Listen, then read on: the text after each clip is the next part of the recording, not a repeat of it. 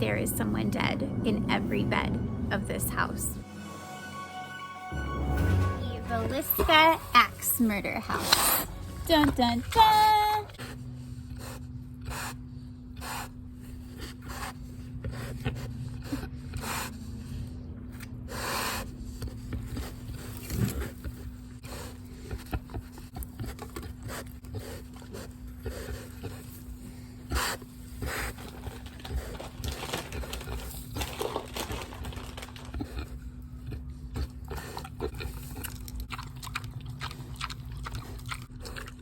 Hi everybody, and welcome to my new channel, Milk Bread Cereal, where Mr. V and I cover true crime and supernatural events and happenings. This is my first time. This is also Mr. V's first time. He wants it. He wants a caramel. Oh yeah. Here. Good boy. Okay. So, he's very excited. This is our first crime cast. I'm not sure how other people do it. I've spent a week doing research on the Villisca axe murder house, which is what I wanted to cover in our video today. It's a really creepy place. It's supposedly haunted. It still stands today in Villisca, Iowa. The reason that people think it's haunted is that back in 1912, during one evening, 8 murders occurred in the house. Whoever did it, they haven't caught this person. It's still unsolved. As I was saying, I've done research on this house and I had to write bullet points. When I'm watching other videos, other true crime videos, podcasts don't count because we can't see what they're doing if you're listening on iTunes or something.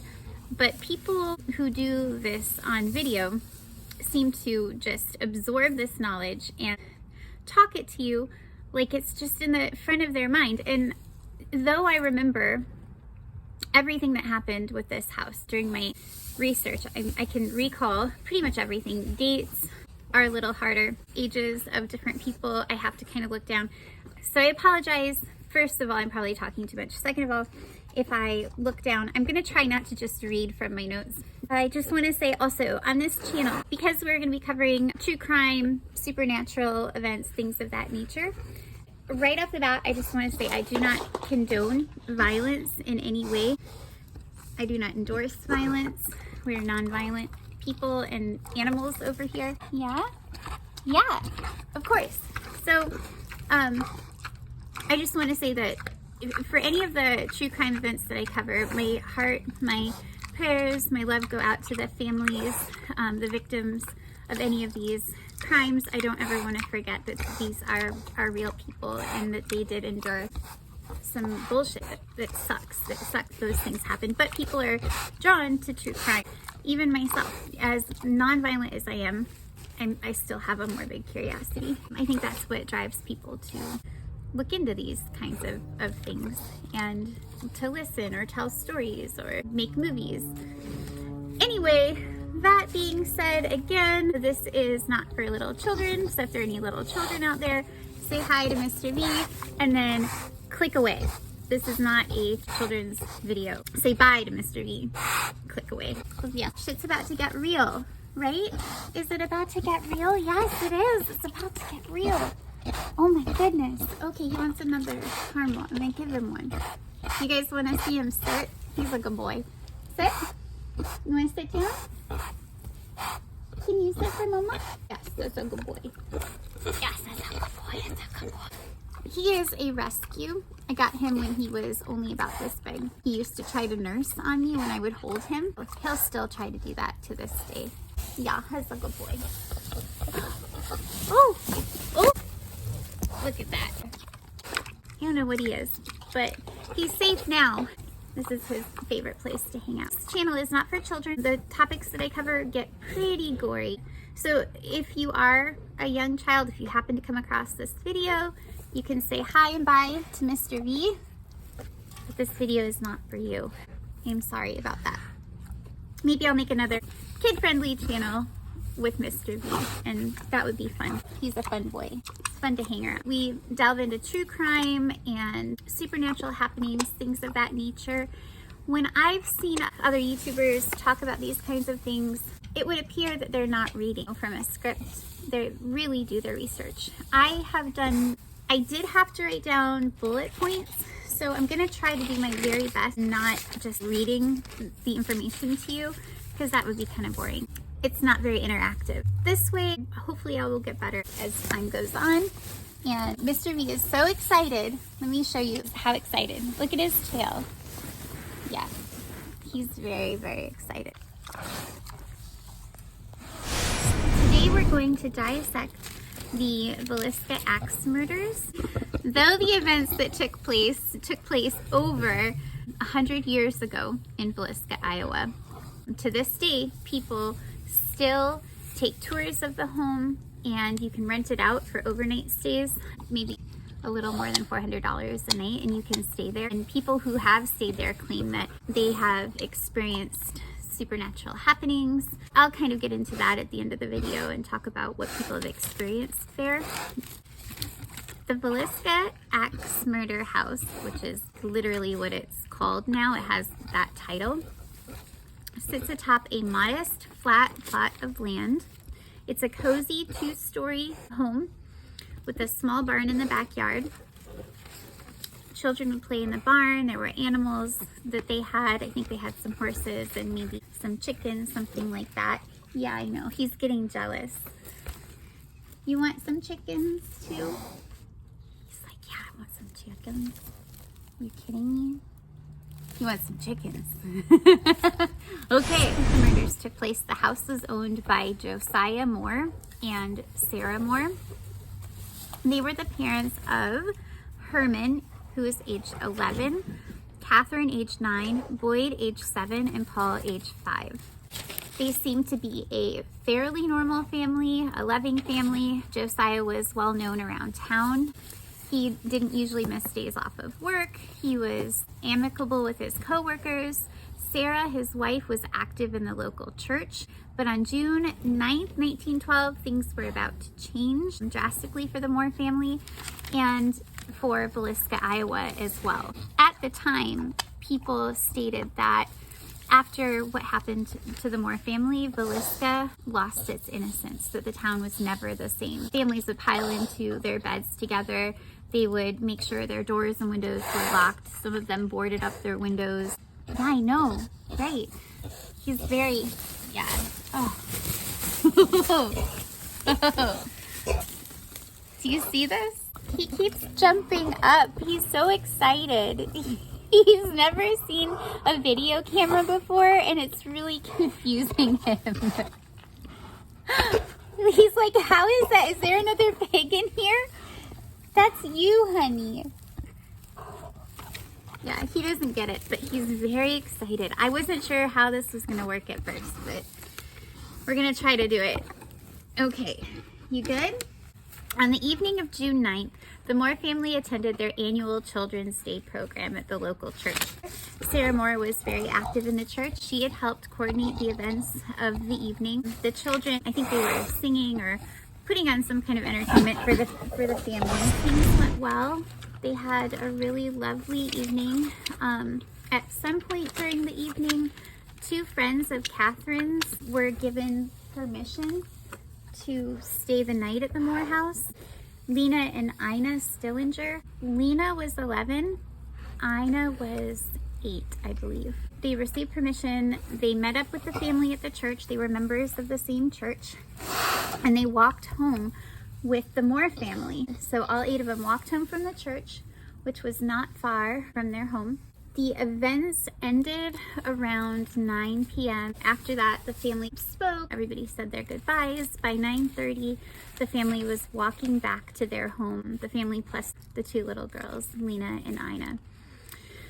It is estimated that they made it back to the Moore home around 9:45, 10 o'clock, the evening of June 9th, 1912. If the family had noticed anything out of the ordinary, they didn't let on. It really appeared that they were blindsided. They come in, they have milk and cookies. They didn't stay up very long. They didn't have TV. They were tuckered out during these times. People woke up very early and they had a lot of hard housework that had to be taken care of during the day. They were probably asleep by midnight. It doesn't seem that there was any indication that some kind of crime was going to be committed against them. Their back door was unlocked. They didn't seem to be concerned about that. They didn't seem to be taking measures to protect themselves. Hey, what is it, buddy? See? He's very interested. He's trying to eat my notes. Don't eat my notes, Mr. V. No! Oh, he's trying to eat the notes. This is my first video. I wasn't sure how it was going to work out. Okay. This is what happens when he has caramels. He loves belly rubs. That's not his belly. This is actually his chin. This is his belly. He is so tuckered out. What transpired after midnight, no one really knows, except for possibly Lena Stillinger. More about that later. 5 a.m. the next morning, they have a neighbor who wakes up very, very early. She's an older woman. She's up doing her laundry at like 5. Back in the day, of course, they would do their laundry by hand. They would take it outside in the early morning hours and set it up to dry. They would let out their animals and feed whatever livestock they had. Mary Peckham, their neighbor, was up super early. She was up like 5 o'clock. She was doing her laundry. She was outside hanging it up, and she noticed that the Moore-house was very still. She kind of noticed, and she didn't think much of it at first, but then come about 7 o'clock, it was still very quiet. Normally, the house would be stirring, the children would be up. If the children were outside playing, she would be able to hear them inside playing. Mr. Moore and Mrs. Moore would be outside tending to their livestock. They would have let out their chickens by now. They would have been milking their cow, things of that nature. And Mary noticed that none of those things had taken place, which was very strange.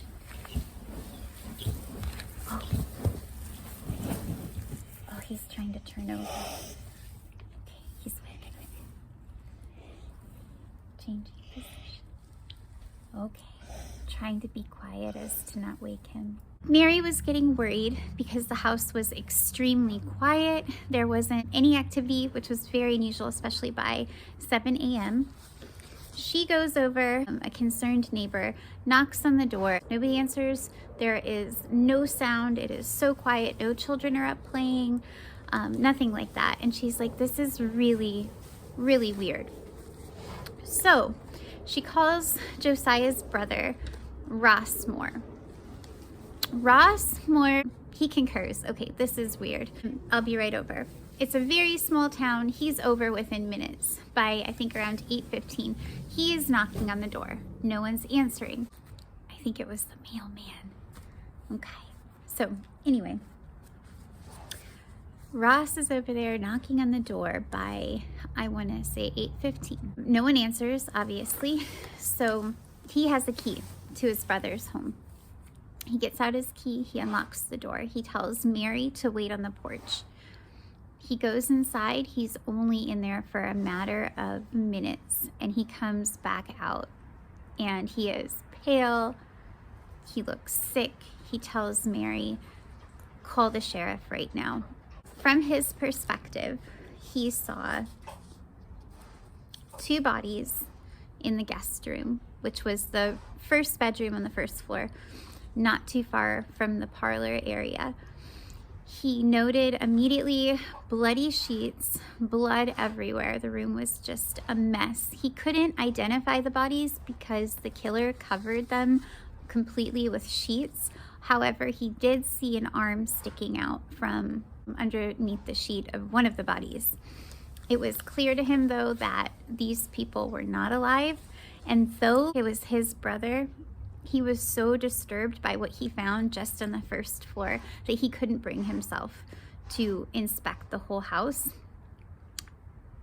I think he also had the intuition, like he knew, like he wasn't going to find anyone alive at that point. So Mary calls the sheriff. The city marshal showed up first. His name was Hank Horton. He's on the scene. He goes inside it's his job to kind of secure the area. So before anybody else gets there, he goes in, he immediately sees what Ross saw in the first room. He clears the first floor. He goes upstairs into Josiah and Sarah's room and confirms that they are dead. Goes into the children's room, and he's able to confirm immediately that everyone was dead. So he comes out of the home. He looks at Ross. He tells him, just don't go in there. Looks at Mary, and he's like, there is someone dead in every bed of this house. The entire Moore family, plus the 2 Stillinger sisters, were murdered. Everyone in the home had been bludgeoned with an axe. Blunt force trauma to the head was the cause of death for each and every individual. It would appear that the killer did not waste any time on any of the bodies below the shoulders. The perpetrator or perpetrators had crushed the skulls of each and every individual, mutilating the victims beyond recognition. There was no way other than like looking at the clothing and the age of the individuals to identify who is who. It was just that bad. So interestingly enough, the killer had taken the time and care to cover each of the bodies with a sheet or loose clothing that they had found laying around. That is kind of strange. I don't know if they were aware of this back then, but forensic investigators now know that when a murder happens and they find the victim covered, especially the face area covered, that's typically indicative of a murder by someone whom the victim had a close relationship with. Typically, it means that the victim knew their killer, and there's some psychological reason why the killer had to, for their own sake, cover the victim's face, their identity. Some murderers will go as far as to bathe the victim if they knew them. If they had an intimate relationship with that person, they would maybe bathe them, dress them, cover them. It's not because they are trying to hide evidence so much as it's just kind of sentimental for them. It's something that they're compelled to do. So whether or not they knew this, I think that nowadays it would have definitely played a key role in the investigation. News of the grisly crime spread quickly. It was a very, very small town. Before enough officers could arrive on the scene to secure the perimeter, individuals from around the area just barged in and claimed that they were friends or that they were family. Some even claimed to be investigators themselves just to get in and kind of gawk at the gore, which is kind of crazy. And they did, before investigators had a proper chance to look at all of the evidence. The scene had been tainted by over 100 onlookers who just were like, yeah, we're family. They barged in. Some of them even took skull fragments or bone fragments with them as a souvenir. That's sus, because that's also serial killer MO. Okay, so oftentimes a serial killer will take some kind of trophy, some kind of souvenir from the crime. So if I were law enforcement, I would have been like, okay, what motherfucker came in here and actually tried to take bones with them? Although it doesn't necessarily mean someone's guilty of murder. I would have probably done it too if I could have gotten my hands on some crazy shit like that. But definitely it would be something to look at, because again, serial killers, they like to take trophies of their work or whatever. The crime scene was tainted, but forensic evidence wasn't really kind of a thing back then anyway. They kind of had to just go on good old-fashioned detective work. All right, back to the murders. The perpetrator or perpetrators began their rampage of carnage, which also, side note, would be a cool band name. Rampage of Carnage. tell somebody about that. Anyway, sometime between 12 and 5 a.m. the morning of June 10th, 1912, that is when the murders seem to have occurred, the perpetrator, he infiltrated the house. How the fuck he did that, I don't know. I don't know if he came in the front door. Police had a hard time figuring out how that individual got into the home in the first place. Also, my pig is not in this shot. He's being kind of sleazy right now. So, I mean, I love him, but he's, you hear him? He's trying to hump some hay, okay? I'm just gonna put it out there. We're gonna give him his space for a moment. The perpetrators began their rampage of carnage sometime between 12 and 5 in the morning of June 10th, 1912. They began in the upstairs bedroom where Mr. and Mrs. Moore were sleeping. Mr. Moore was first to go. He was struck more times in the head than anyone else in the home, more than 30 times. All fatal wounds had been inflicted, like I said, above the shoulders. The perpetrator had drawn back his axe on the upswing. He'd drawn his axe so high above his head that it actually left a permanent indent in the ceiling above the Moore's bed. And to this day, like if you go visit the home, you can see where the axe left that indentation in the ceiling above the Moore's bed. Crazy. This is overkill.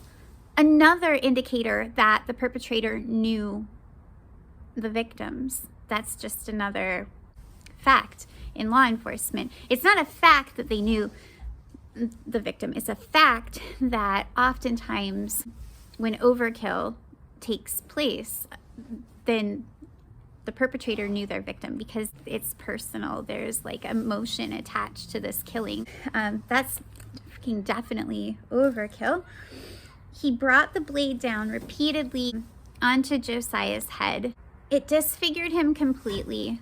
There was nothing left but a bloody pulp. There was a quote from one of the investigators or officers that they couldn't even locate his eyeballs. It was just, there was nothing there, man. The perpetrator then went to Sarah Moore, treated her in roughly the same manner, killing her pretty instantly. There was nothing left. She was unrecognizable.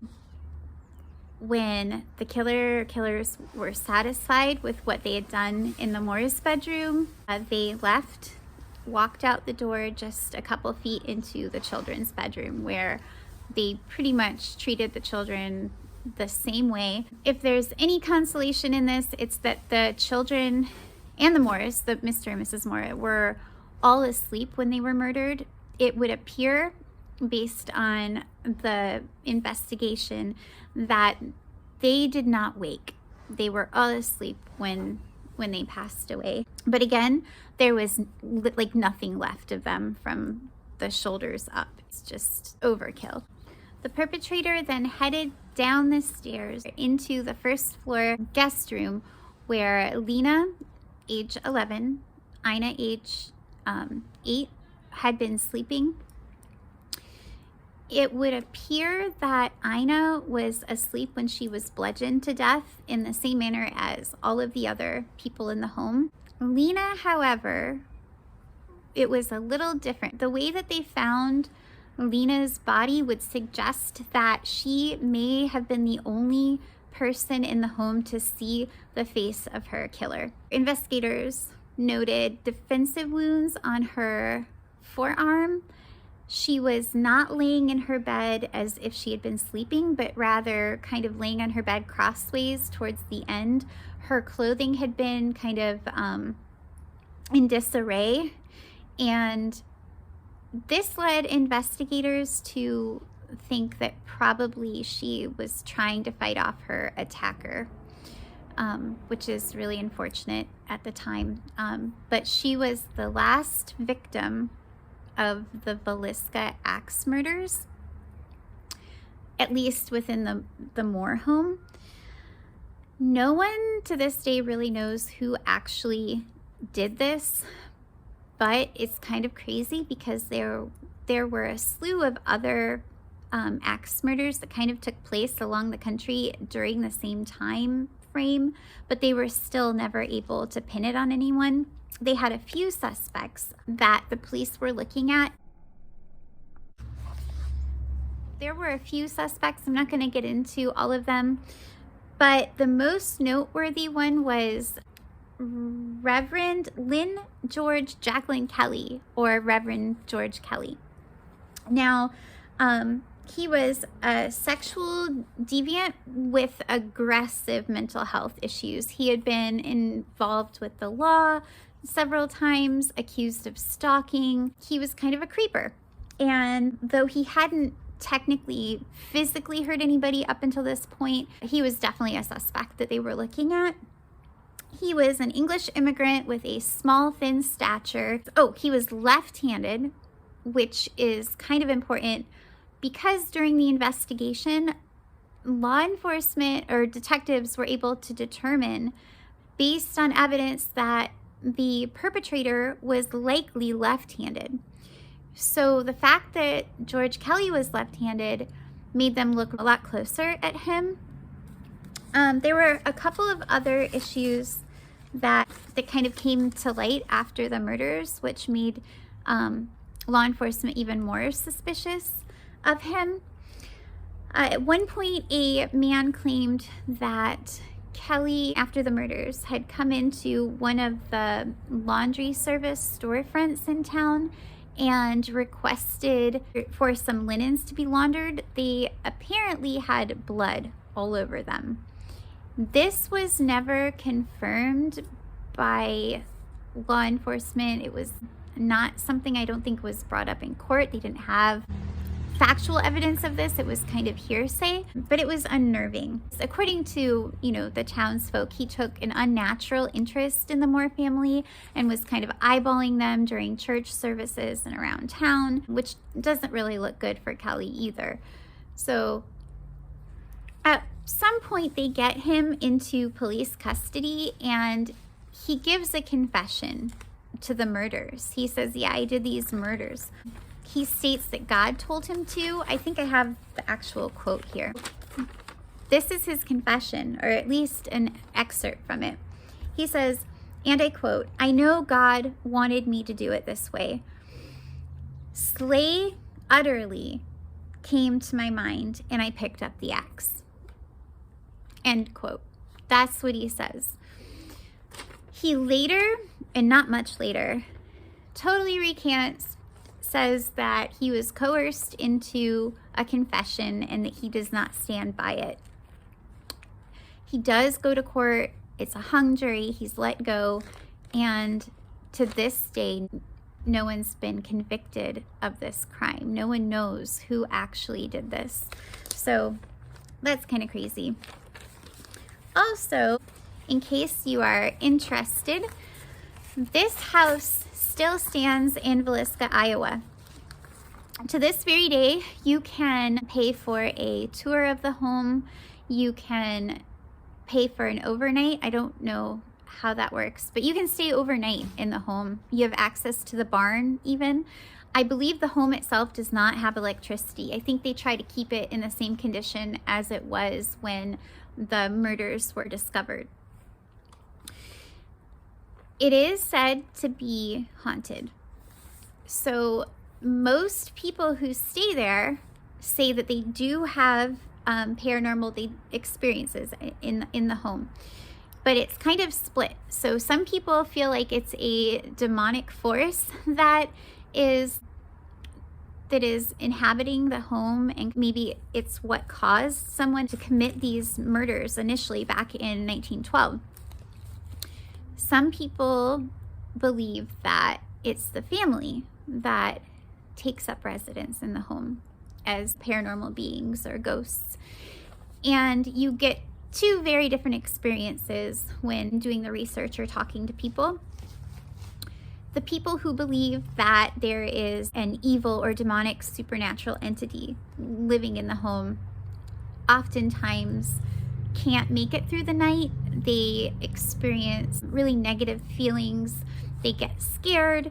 They're uncomfortable. They hear voices, or they claim to hear threatening voices, or they have these EVP experiences. I'm probably totally butchering the name of that. I don't know enough about it, but there are like electronic devices that can pick up vibrations during hauntings. You can use these devices to try to decipher what ghosts might be trying to communicate to you. And those people, as I said before, they seem to have a pretty scary, negative kind of experience. And then you have other people who have stayed and they've had peaceful experiences and they feel as though they're connecting more with the children in the home, the Moore family children. And there are reports and videos of people who are rolling balls with the children, like with the children's ghosts, and getting kind of like strange readings on these devices. And there was an individual who was using dowsing rods to kind of communicate with one of the children, supposedly. And these people who are under the impression that it's actually the Moore family whose ghosts still kind of inhabit that home, they don't typically have such a scary experience. They tend to stay the night longer. The night they're there until morning. They experience things like drops in temperature, things of that nature, but they're not feeling threatened. And I find it really interesting that there is such a dynamic from one extreme to the next of people's experiences in the home. If you've ever been to Villisca, Iowa, if you've ever been to the Villisca axe murder home, let me know and tell me what it was like for you. What was your experience there? I would like to go one day. I'm completely obsessed with paranormal and things of that nature. Maybe one day I will get the chance to go. And if I do, I will definitely do a video. I will for sure do a video. That'd be so cool. But for right now, kind of staying home and taking it easy. I'm going to do another video next week. I'm not sure if I'm going to cover the Long Island killer or Amityville. I was thinking of covering Amityville, but I think it's the Long Island killer, murder, something like that. It's really interesting too. So if you have a preference, let me know. Hopefully each video will get better and better as I progress and learn how to talk, which is something I should have probably learned in kindergarten, but also how I edit. I'm learning to edit. I've never done that before. If you're interested, stay tuned. I'll try to have another video up by next Friday. He's fallen asleep outside. He's out in the outdoor part of his enclosure right now. He's decided to go out there because it's a beautiful evening. So Varaha Das is actually, Mr. V, is actually outside right now. He went through his little piggy door and he's out in the outdoor part of his enclosure right now taking a nap. So I'm gonna leave him be, but there will be more of Mr. V in my upcoming videos. And if you like piggies and you like animals and you want to support, if you like and subscribe and things like that, if eventually I start making any kind of ad revenue, I would like to use it to help further the cause of any organization that wants to help animals in need of rescue. So there are so many animals out there, I don't even need to talk about it. Everybody knows that, you know, animals need our help. And if I can make videos and eventually help in some way doing this, I would love to make that a reality. Stay tuned if you like animals, if you like piggies, and you like true crime and horror and supernatural. Thank you again for all of your support. I hope everyone has a wonderful evening or afternoon or morning wherever you are in the world. Stay safe. Namaste from my heart. I really wish love and light and safety to everyone. And I will be back next week. Bye. Say good night. Good night, sweet prince. Good night, sweet prince.